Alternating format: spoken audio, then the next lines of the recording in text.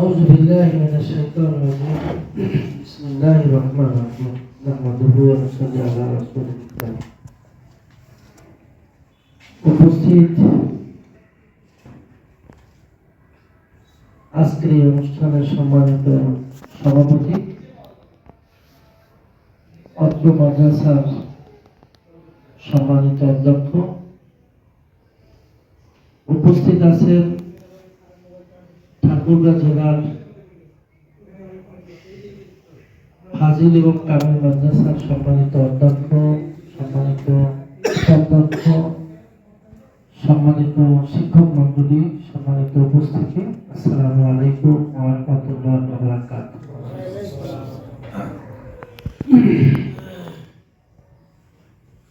আল্লাহ রাব্বুল আলামিনের কাছে শুকরিয়া আদায় করছি,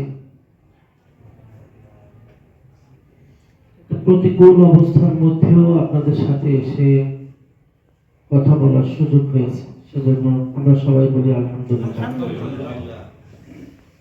সম্মানিত উপস্থিতি, সম্মানিত অধ্যক্ষ উপাধ্যক্ষ মহোদয়রা, আমি সত্যি যে আমার আসতে দেরি হয়েছে। আপনাদের এই মহতী অনুষ্ঠানে যদি আমি অনুষ্ঠানের শুরু থেকে শেষ পর্যন্ত আপনাদের সবার কথা শুনতে পারতাম, আমাদের প্রতিষ্ঠানের করণীয় কি বুঝতে পারতাম, জানতে পারতাম, যে উদ্দেশ্যে আসছিলাম সেটাই আংশিক হলেও অপূর্ণ থেকে গেল। সম্মানিত উপস্থিতি, আপনাদেরকে কষ্ট দিয়েছি, সেজন্য ব্যক্তিগতভাবে আমি আপনাদের কাছে দোয়া চাই অনাকাঙ্ক্ষিত কষ্টের জন্য। বিমান যথাসময় ছাড়েনি, 3 ঘন্টা ডিলে হয়েছে, না হয় 3 ঘন্টা আগে আপনাদের সামনে বুঝতে পারতাম। আমি বুঝতে পারিনি যে কুয়াশা বা এই বৈরী আবহাওয়ার জন্য বিমানটি আসলে ডিলে করে ছাড়ে। আবার যেতে হবে, সেজন্য 6টার বিমানটি ক্যান্সেল মানে নতুন শিডিউলে আবার 7টার বিমান ধরেছি। এটাই আজকে মনে হয় ঠাকুরগাঁ থেকে লাস্ট। আমি এসে 2-1জন বক্তব্য যা শুনেছি এবং যা জানতে আসছিলাম, এই দুটোর মধ্যে একটা সম্মেলন আছে। যদিও এখানে মাদ্রাসা শিক্ষার উন্নয়নে প্রতিষ্ঠান প্রধানদের ভূমিকা শীর্ষকে আলোচনা এবং মত বিনিময়, আমি বলতে চাই এই মাদ্রাসাগুলোকে ছাত্র ভর্তি আগেকার সময় 30 বছর আগের মাদ্রাসা শিক্ষা ব্যবস্থা, যে তাহজিব তামাদ্দুন আমাদের মাদ্রাসার সময় ছিল, যুগ উপযোগী এই মাদ্রাসাগুলোকে কিভাবে আধুনিক করা যায়, কিভাবে যুগ উপযোগী করা যায়,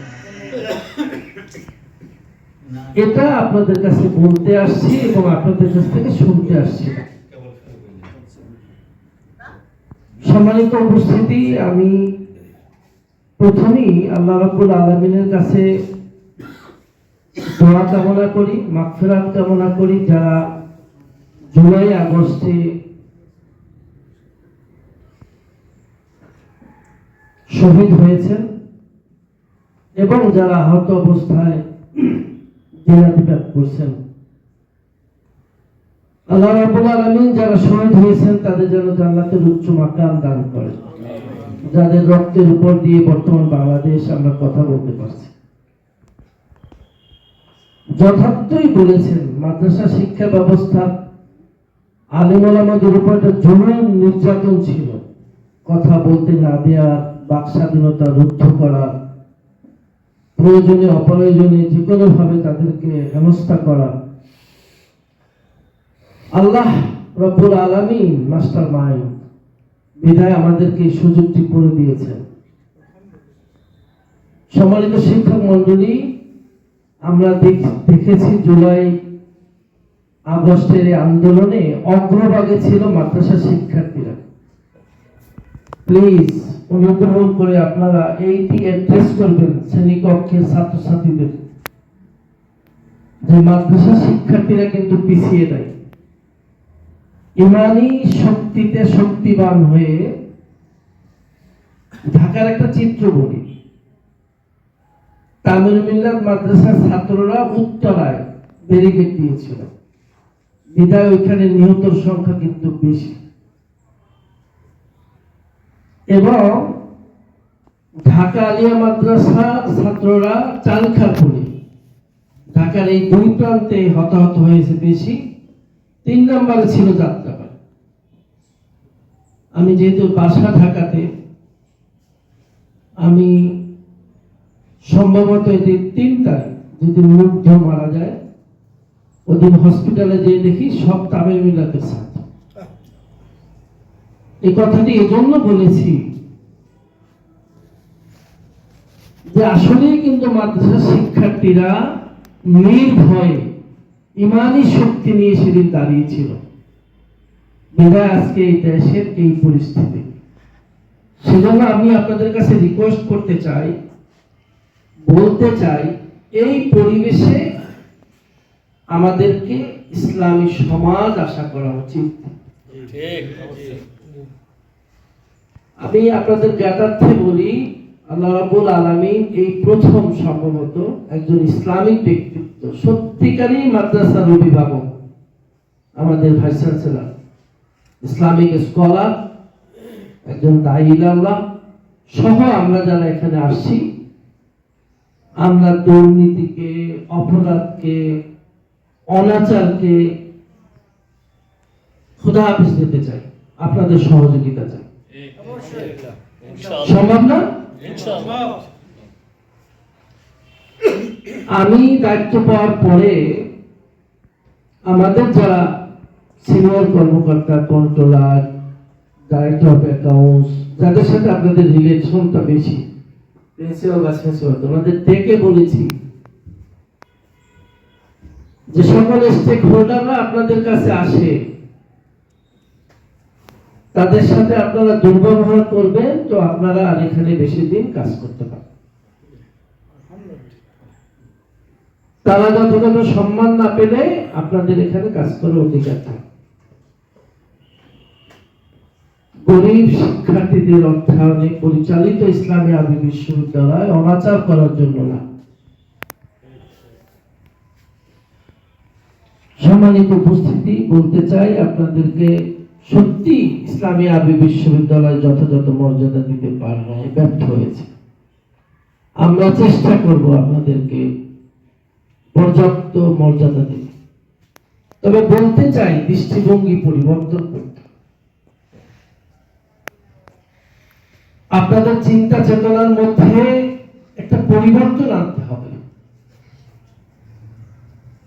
বিশ্ববিদ্যালয় শুধু ইসলামী আরবি বিশ্ববিদ্যালয় না, জাতীয় বিশ্ববিদ্যালয় একই নেচার।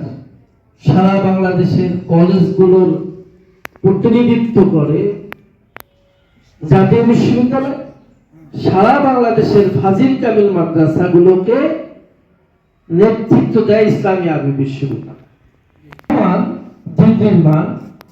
সেজন্য ওই যে একজন বক্তা বলেছেন 3টি ইয়ারে 1200 মার্কের পরীক্ষা দিতে হতো, এখন 2100 মার্কের পরীক্ষা। এটি তো সমতা না হয় আবার আন্ডারমাইন করবে, বুঝতে পারছি না? এইখানে আপনাদের চিন্তার পরিবর্তন দরকার। এটি আমরা চাপিয়ে দেইনি, কিন্তু আমাদের সন্তানদের, আমাদের ছাত্রছাত্রীদের যে ডিগ্রিটা, সেটি তো ইসলামী বিশ্ববিদ্যালয় কুষ্টিয়ার ধর্মতত্ত্ব অনুষদের যে অনার্স ডিগ্রি, যে মাস্টার ডিগ্রি, সেটারই সমতুল্য ডিগ্রি, রাইট কিনা? তাহলে তো কোর্স বন্টনও ভালো থাকতো।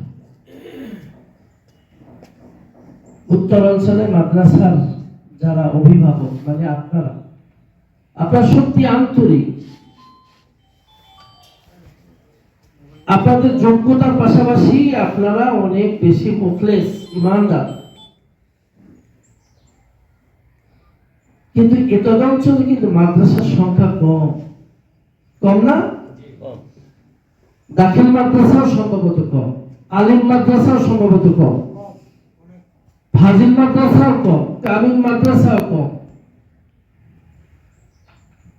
এবং ছাত্রাবাস নাই। 100, 200, 500, 1000, 2000 শিক্ষার্থী থাকার মতো এতদ অঞ্চলে কোনো প্রতিষ্ঠান নাই। মাদ্রাসা শিক্ষা ব্যবস্থা যদি একটি হাই স্কুলের মতো হয়, যে দুটার সময় বন্ধ মানে বন্ধ, তাহলে আলেম তৈরি হবে না। এই সারঙ্গা মাদ্রাসাও মুআল্লিম, শিক্ষক, অর্থাৎ হলো এতদ অঞ্চলের মাদ্রাসা সমূহে দিবে, তৈরি করবে, সেই চিন্তা চেতনায় এই প্রতিষ্ঠান গড়ে তোলা দরকার। একটা মাস্টার ডিগ্রি লেভেলের একটি কলেজে বাউন্ডারি ওয়াল আছে, সারঙ্গা মাদ্রাসায় আছে কি? খুব অর্থ অভাব না, ইচ্ছার অভাব।